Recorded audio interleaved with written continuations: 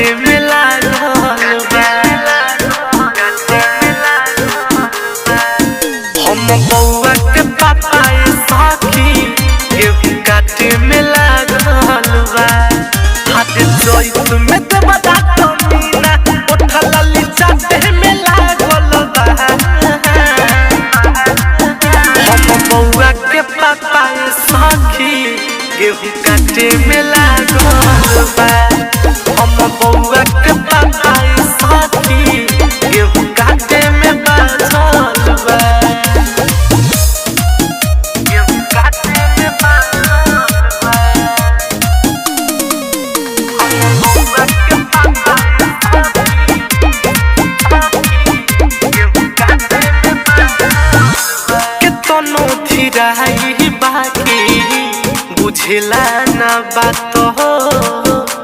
दिन भर सैया हमार बड़ुए कामत हो।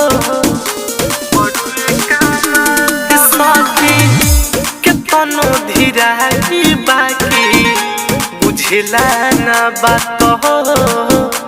दिन भर सैया हमार बड़ुए कामत हो।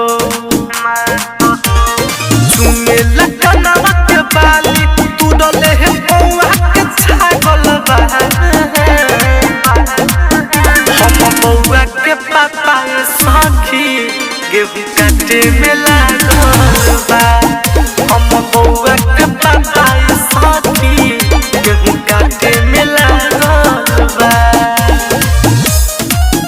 गेहूं काटे में लागल बा। हम बउआ के पापा सखी गेहूं काटे में लागल। राजू डगनी सैया कटे चार काठा। दादा देवधारी देवरा मोहिले माथा।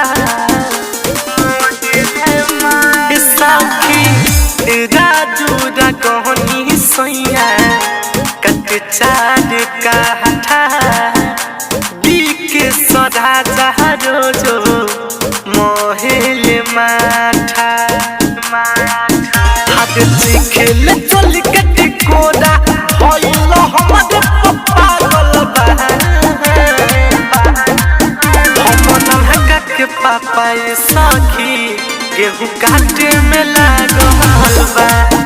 हम बउआ के पापा सखी गेहूं काटे में बाझल बा।